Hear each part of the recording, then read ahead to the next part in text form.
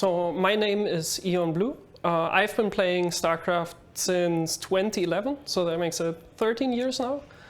And well, at first I just played campaign, arcade, lots of years. And only, I don't know, since like 2017 I started really trying to get really good on ladder.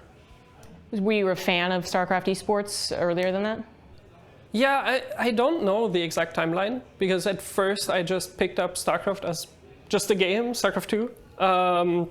I didn't play any other RTS before that, and I just played it for the campaign at first. Yeah, so somewhere around 2013, so like 2 years later, I think I started really watching esports. I started watching the WCS that were in the studio in Cologne, and yeah, somewhere around that time is when I started really watching it, and then I got really into it. Did you have a favorite player from that time? Yeah, Snute. Snute is definitely my favorite player from like that time period. I was initially watching a lot of Stefano as well, but yeah, Snute, big Snute fan. All right, can you tell us what was so great about Snute? I really enjoyed his playstyle of being very defensive. He was very keen on just being reactive and defending everything. I enjoyed the way he tried playing very. He tried like just taking punches and still just winning on every side. Yeah. And any particular tournaments that you remember him winning? I don't remember him winning tournaments, I think. One thing that is very memorable is 2016 IM Katowice, where he played versus Poland in the finals. And that's very memorable because there were some great games. It was a very close series, and he had some, at the time still, fungal that was rooting the units with corrosive biles. That was awesome. For the Zerg. And that would have been the IEM that was fully region locked, right? Yes. Yeah. So can you explain how that worked?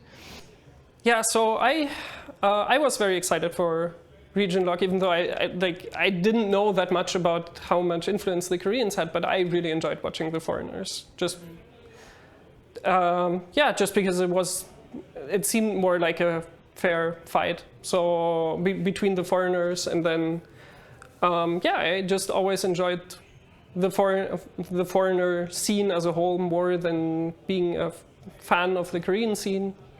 So for me personally, having all these like the WCS tournaments and such, that worked out for me as a fan a lot, because I enjoyed watching those tournaments a lot more than the ones where the Koreans, which I didn't get to watch that much because it was mostly in the morning. When they would just win everything, where I didn't have that much connection to them. And you said you were watching the studio broadcast at WCS. Can you kind of go over some of those memories? This is really long ago. This is 9 years. Not just 9 years, but like I've made so many other memories with StarCraft and StarCraft tournaments. And at the time, it was just I feel like I remember watching the series live where Stefano said this game isn't for him anymore in Heart of the Swarm, where he lost to MVP, I think it was. And that was actually a big one. I remember the time where Pig was in the studio in 2015, where he had his group with Happy. I'm not sure right now who the other one was anymore.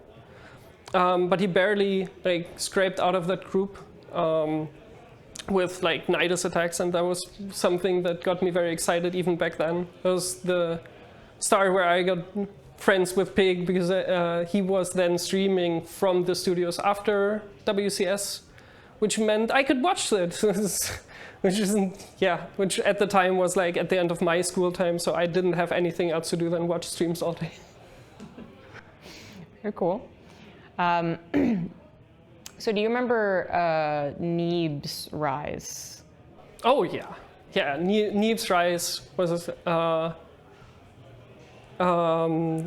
like in 2016, it was the first time he really made a splash, right? And then 2017 is when he won 3 WCS tournaments offline. The other one was Elaser. And I remember the Casper Cup that he won must have been 2017 as well. And yeah, that was very exciting to watch, especially like still at this point after the region lock in a sense worked out, where the foreigners became a lot more competitive. My favorite series to this day are foreigners versus Koreans. It was very, very enjoyable, and at the time where Neeb was rising up, it was so fun because, well, he was the person who played a lot of Koreans over time. Like in these tournaments, he was the only one going very deep. You know, at that time, he also had his run in the GSL, making top 4, I think, somewhere around that time. So like a lot of these things were, yeah, very exciting following Neeb. And how about Serral's rise in 2018? Serral is very special in that sense, because I was a Serral fan before it was cool. I don't think that's entirely fair, because I was a Serral fan at the time where he, in 2017, got second to Neeb in Jönköping. And when I watched that series, and that was very similar to what I liked about Snoot's styles, like being very defensive, like just tanking all the attacks and then going across the map with a huge blow. And at the time when he played that finals in Jönköping, I felt like this is exactly what I personally believe is the best way to play Zerg. And I believed that Serral would do a Neeb in 2018, and he did more than that. He won all 4 of them, but this is something that I personally connect very much to, because at the time I was genuinely convinced this is how to play. This is also the height where I played the most. So I could learn a lot from Serral, but that also meant everyone knew how to play against it, so it was very tough. But yeah, that was very... Serral I followed very, very closely, all the tournaments that he would play at the time. Do you remember the final one in Montreal when he faced Reynor? Yeah, I was in Montreal at the time, so I was we were watching in the player area. I remember that Lambo was coaching for Reynor at the time. I think if I recall correctly, it was that Reynor needed to win Montreal to go to BlizzCon, but if he didn't win, then Lambo would go instead, because there were only 8 slots. So it was very fun. Maybe even Lambo wasn't coaching Reynor. I think he was coaching Serral. I think that makes a lot more sense now. So, but yeah, it was a very, very close series. The 4-3, complete nail biter to the end. And again, I think for Lambo just as much, because for him there was a lot at stake as well. Was very fun, because like sitting there with a bunch of the pros, I remember specifically in that series how often they would call the games over, and they weren't over. And it's very, very normal for pro gamers to be like, this is over now. And yeah, that's what I remember from there. It was very the Montreal as a whole was a great event for me personally. So yeah. And can you talk a little bit about that, Montreal being a good event? It was a great event because it was, I'm not sure, like one of the first times I was overseas alone. I could only go because I was a student at the time, so I didn't have a lot of income. I could only go because one of my friends, by complete coincidence, was going to Montreal for 4 months to study abroad. So he had a place to stay, and I could sleep on his floor with a mattress, and could only pay like $100 because I didn't want to go for like only 3-4 days. If I'm going to fly that far, it's very expensive flights. And for like 3 days, maybe 2 days, I was just going through the whole city with Pig. So that was so memorable. It's still memorable to this day because it was a really, really nice event. We started off with like exploring the city for like 2-3 days, and then having this event where, well, Serral won. So that's always good as a Serral fan in a very close series. Was very fun to witness that. It was also the start of Reynor's kind of rise to prominence. So can you talk about Reynor? Yeah, I mean, I remember, so for Reynor, it was the second tournament that he could attend offline because he wasn't 16 before. And then the first one he also ran into Serral in Valencia and he got 0-3. So it was a huge upswing from compared to that. And it was, I can understand why it was exciting to see Reynor get so close. And for Reynor to become so good, especially in the versus Serral matchup. For me, as a Serral fan, it wasn't so fun. Like, in all honesty, I still even remember, like, there's a year later then, so in HomeStory Cup 20, where they again had a crazy finals. It was really close. I remember chatting with Reynor afterwards that I'm sorry, I don't feel bad because I'm a Serral fan. And he told me he's also a Serral fan. He can understand that. So for me, Reynor really, yeah, he really wasn't the focus. I didn't follow him, didn't follow the tournaments as closely. I was much more on the Serral hype train still. And then, of course, Serral went to that BlizzCon and won it. So you can talk about watching that. I remember that at the time, I still had a couple of friends that were still into StarCraft, but they weren't into StarCraft as much as I was. So I think specifically for the final day, I said I didn't want to have friends over because I wanted to just enjoy the final day all. I wanted to be the true fanboy. Yeah, and I mean, the finals was, for me as a Serral fan, again, it was great. I teared up, it was awesome. I was very happy to see someone, yeah, win a BlizzCon in that style. Didn't seem like anyone was coming close, really, even though the finals was 4-2, like, still the games were just really strong showings from Serral all around. And then, were you a fan of soO? Yeah, so what I enjoyed about the Korean Zergs was because there was like the three Zergs, for me personally, was Dark, Rogue, and soO, who were all very different in their styles and in their approach. soO was very, yeah, headbutty. It was just going head first through walls, and I felt like afterwards there was a really strong fall off, not a lot of Zergs after that. And I was a fan of all three of them. I enjoyed watching them because especially for like Pro League days and stuff, what I could watch from Pro League, I did watch Pro League. I got really into Pro League then, especially in the last year, unfortunately. It was very bad timing. But yeah, so soO also had his great moment then in Katowice, but before that it was always painful to see him take second places so often. And can you touch on the Katowice win? Yeah, I also remember very clearly what happened there because I was very sick and lying in bed at home and could barely watch the games, and I fell asleep during the finals, and then I woke up. So it started off with a 0-2. So I remember thinking, oh God, no, soO, not again! Don't do it again. That hurts. It's really bad. And then I think I must have fallen asleep somewhere in the third game. So when soO was making his comeback, and I woke up to soO winning, I missed everything, which was. Yeah, I did watch it afterwards again, but yeah, it was a little bit unfortunate because I think I checked out of the series because it was 0-2 already. Were you a fan of In Control? Oh yeah, and I was always very intimidated by him because as much as he's on camera, he was very different from what he was backstage, where he was. On camera, he was very active, and I remember because I was coming to all the HomeStory Cups that have been in this bar.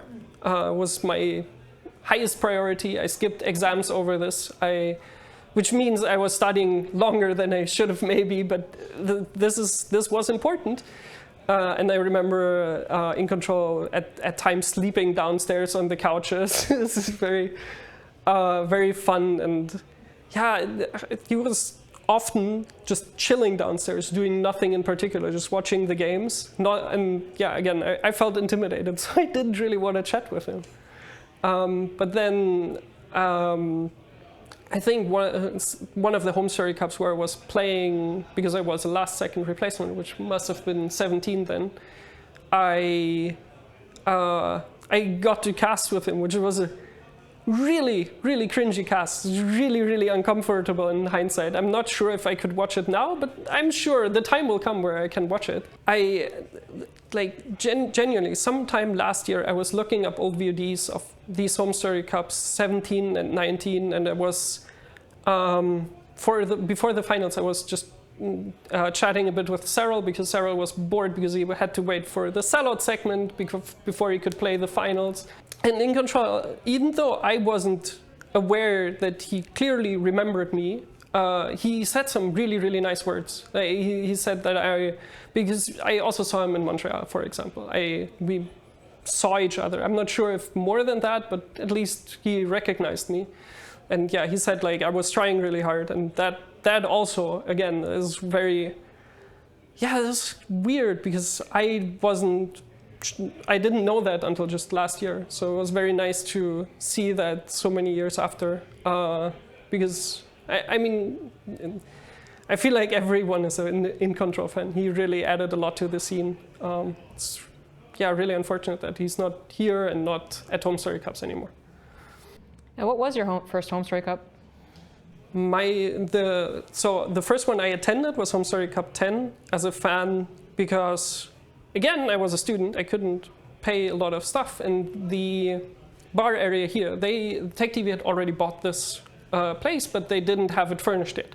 So they said, hey, we're going to have a HomeStory Cup in this club, and if you need a place to sleep, you can sleep here in this empty room. You have to bring your own, you have to bring a sleeping sack, you have to somehow accommodate yourself. We have I'm not sure, was it 4 showers, was it 2 showers, something like that. So we have a little bit, but that's all we have. And as a student, again, it's free. So I took a bunch of my friends and we went here for HomeStory Cup 10. Then the 11th one was again in the old place, and then starting with the 12th, every HomeStory Cup was here in this bar, and I've been here every single time because this is my highest priority. I've made it my highest priority, that HomeStory Cup. Nothing comes over HomeStory Cup. Even the HomeStory Cup 18, I was very sick, so I was here in the bar for a total of 5 hours or something across 4 days, but I was here, and that was important. I was really, really sick in the hotel the rest of the time. And then I played in 17 and 19, where I was still attempting to become a pro player, but both times a little bit unfortunate in the timing because I had exams surrounding it, so I didn't really practice that much. And I didn't do well in those because I got last-second notice, kind of 2 weeks and 1 week before each. Really not a lot of time to prepare either. What appealed to you about HomeStory Cup? Why do you make it such a priority? It was really early that I realized, or not realized, but I could hang out with a bunch of the players. So one of the first ones, I was here with a friend of mine. I think that might have been HomeStory Cup 13, and she was friends with No Regret. No Regret was here, so I got to hang out a bunch with No Regret. There were still player PCs in the front area, so sometimes Scarlet was playing games over there still, and Lambo was playing games over there, so I got to chat and hang out with them. I think for probably 13, I also then started buying VIP tickets, so I could go down to the downstairs area and watch the players play. That was one of the big things I really enjoyed, is standing behind the players if I didn't annoy them. So, some of them weren't too keen on it, or I needed to keep my distance, which is fine. But it was really, really fun watching them play and hitting the keys and having like some really weird moments of realization that as a Zerg, for example, all the pros are just holding down the drone button. If they aren't specifically scared of something, they're holding down the drone button. And at the time, that was news to me. It was like, that's crazy. No wonder everyone gets so many drones. And everybody has such a good eco so early. And like, there were moments in one of the first couple of HomeStory Cups where Sandster gave me his badge for which he got in trouble for, that he lost his badge. And I still have that with his signature on it, and now Sensor is for the second time back at HomeStory Cup, so I talked to him about it last time. That was at the time where I was just a fan. Like, this is so many years ago. I was just a fan, so it was really exciting that I got to chat with Sensor, and he gave me his badge, and was very, very giddy about all these things. Was just being so close to the pros at the end. Like, really, everything comes down to being very close with the talent and with the pros, and just getting to hang out with them as well, because most of them are really keen on hanging out as well, because this is the event for it, kind of. What draws you so much to the esports side of things, the pro gamers? At first it was being competitive. So initially I just, I don't know, young man who wants to prove himself in the world kind of thing, very competitive. The last recent years, it's just these, like, I know a lot of people at HomeStory Cup. I want to chat with a lot of people. They're all my friends. I'm very happy to have so many friends at HomeStory Cup that I get to hang out with. So this is mostly what really still draws me to the competitive side, because when I come to HomeStory Cup, I know more than half the people here. It's really impressive compared to when I first started coming here. And yeah, it's really just that we together kind of enjoy a tournament. We get to watch a tournament. Most of the pros, even when they fall out of the tournament, they will still watch the games and are still interested about what's happening. So this is really what draws me nowadays to the competitive side. What do you think StarCraft's legacy is? A hard question. It's very difficult. I really don't know. For me, personally, it is just that it's a very competitive 1v1 game. That's more because so many other games are team games. So I enjoyed the part that it is, when I'm playing, it is my fault that I lose, or that I win.